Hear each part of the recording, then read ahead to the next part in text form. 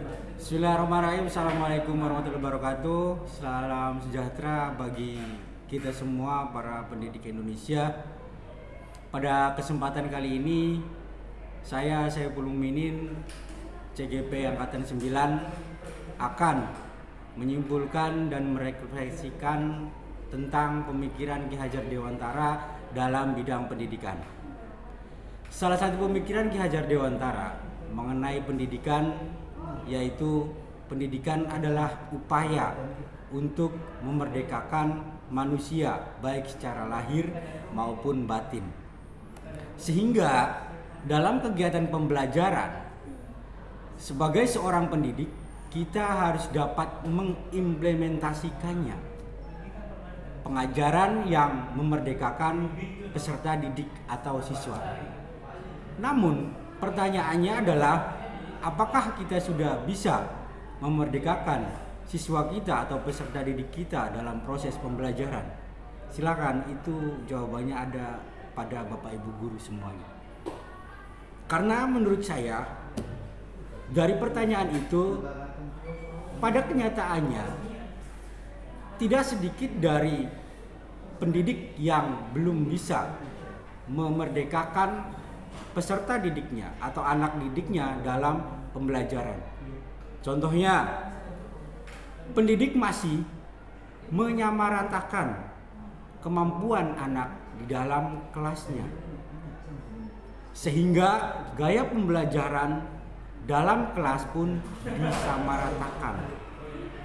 Padahal hakikatnya setiap anak itu memiliki kemampuan yang berbeda-beda Bapak Ibu untuk menghendaki gaya pembelajaran yang berbeda.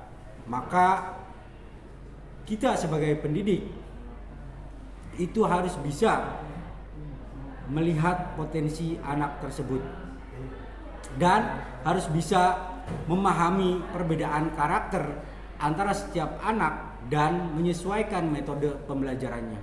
Contohnya, kita dalam kelas itu perumpamaannya peserta didik kita itu adalah seorang ikan, di mana ikan adalah hakikatnya itu berenang di dalam air dalam kehidupannya. Tapi kadang kita memaksakan ikan itu untuk bisa berlari, ikan itu bisa main bola, ikan itu bisa terbang bebas, dan itu mustahil bagi kita atau bagi ikannya pun sendiri. Tidak mungkin bisa dilakukan. Maka dari situ ayo kita sama-sama sadar bahwasanya peserta didik kita itu mempunyai hak untuk merdeka dalam pembelajarannya. Hal tersebut juga sejalan dengan pendapat Ki Hajar Dewantara bahwa maksud pendidikan menuntut segala kodrat yang ada pada peserta didik atau anak agar mereka dapat mencapai keselamatan, kebahagiaan yang setinggi-tingginya baik sebagai manusia maupun sebagai masyarakat. Berdasarkan pendapat tersebut dapat diartikan bahwa pendidikan itu adalah tuntunan dalam hidup dan tumbuhnya peserta didik kita agar mereka hidup dan tumbuh menurut kodratnya sendiri dan bebas berekspresi sesuai kemampuannya. Karena pada hakikatnya setiap anak itu memiliki keunikannya sendiri.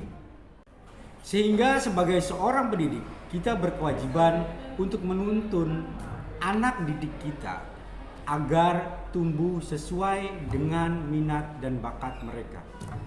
Dalam hal ini, Ki Hajar Dewantara membandingkan peserta didik seperti petani dan anak didik seperti tanaman padi. Seorang petani hanya dapat menuntun tumbuhnya padi dengan menyuburkan tanah, memberi pupuk, membasmi hama yang mengganggu dan sebagainya. Meskipun pertumbuhan padi dapat diperbaiki, tetapi petani tidak dapat mengubah kodratnya padi itu. Kalau padi seperti itu, ya seperti itu. Misalnya petani tidak bisa mengharapkan padi yang dirawatnya itu tumbuh menjadi jagung, tumbuh menjadi rumput, tumbuh menjadi ubi dan lainnya. Selain itu, petani juga tidak dapat merawat tanaman padi dengan cara merawat tanaman jagung atau tanaman umbi. Begitupun seorang peserta didik berkewajiban menuntun anak didiknya sesuai dengan minat dan bakat peserta didik. Selain itu, sebagai seorang pendidik, kita juga harus dapat mewujudkan pendidikan yang berpihak pada anak, seperti yang diinginkan Ki Hajar Dewantara, bebas dari segala ikatan, dengan suci hati mendekati sang anak, dan bahkan untuk meminta suatu hak, melainkan untuk berhamba kepada anak. Atau kita mau meminta sesuatu kepada anak itu, seorang guru kalau bisa itu menghambakan terhadap mereka. Maksud ungkapan tersebut adalah bahwa sebagai seorang peserta didik harus tulus dan ikhlas dalam hati untuk mendidik anak didik kita. Tidak boleh menuntut apapun, hanya berusaha mendidik agar anak dapat mencapai kebahagiaan hidup sebagai manusia dan masyarakat. Merdeka belajar bahkan berarti merdeka bebas, bukan berarti merdeka bebas sebebas-bebas. Sebagai seorang pendidik, kita selain harus menuntun kodrat anak sesuai dengan minat dan bakatnya, kita juga harus bisa menumbuhkan budi pekerti yang baik pada anak didik kita. Dalam hal ini Ki Hajar Dewantara menumbuhkan budi pekerti dengan cara menerapkan pendidikan karakter pada setiap mata pelajaran yang meliputi hablum minan nas, hablum minallah. Selain itu, Ki Hajar Dewantara juga menanamkan pendidikan karakter kebangsaan pada siswa yang harus memiliki kepribadian yang khas serta jiwa bela negara serta cita-cita tanah air Indonesia. Dalam mensukseskan pendidikan anak yang merdeka, faktor lingkungan juga sangat mempengaruhi.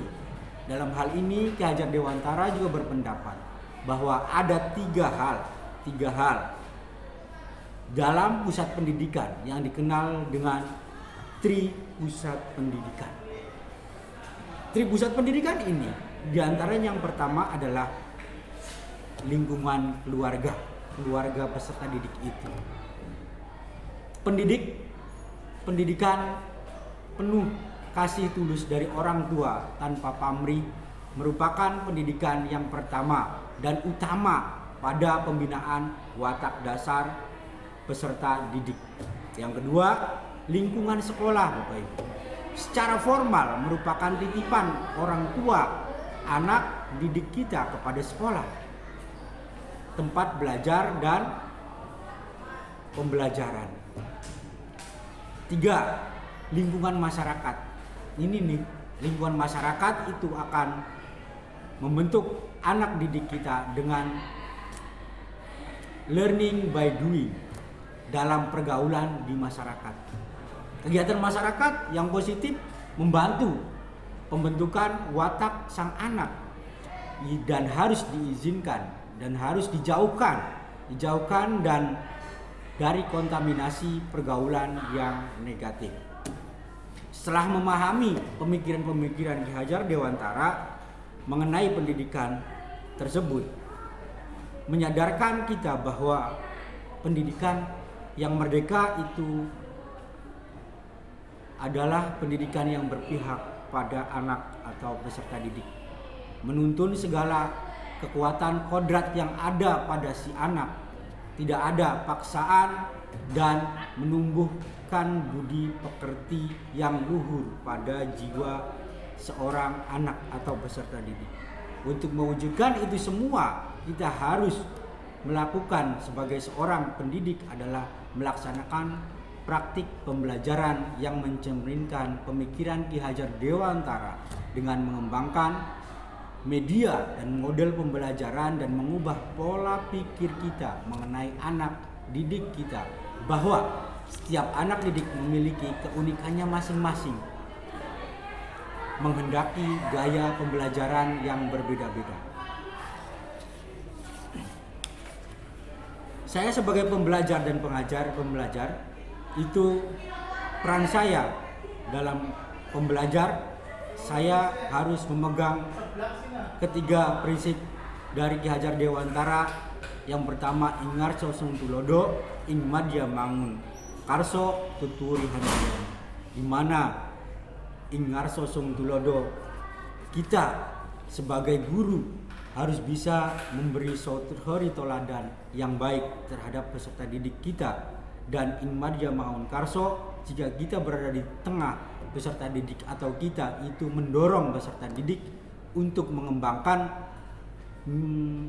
kemampuannya dalam pendidikan. Sedangkan tuturi handayani, kita itu mendukung sepenuhnya, mendorong dari belakang, memberikan motivasi terhadap peserta didik supaya peserta didik itu bisa mengembangkan kemampuannya dalam bidang yang dia tekuni sesuai dengan asas pendidikan Ki Hajar Dewantara, yaitu asas kemerdekaan, asas kodrat alam, kebudayaan dan kebangsaan dan kemanusiaan. Terima kasih, mungkin itu saja refleksi dari pemikiran filosofi Ki Hajar Dewantara. Saya Saiful Mukminin. Wassalamualaikum warahmatullahi wabarakatuh.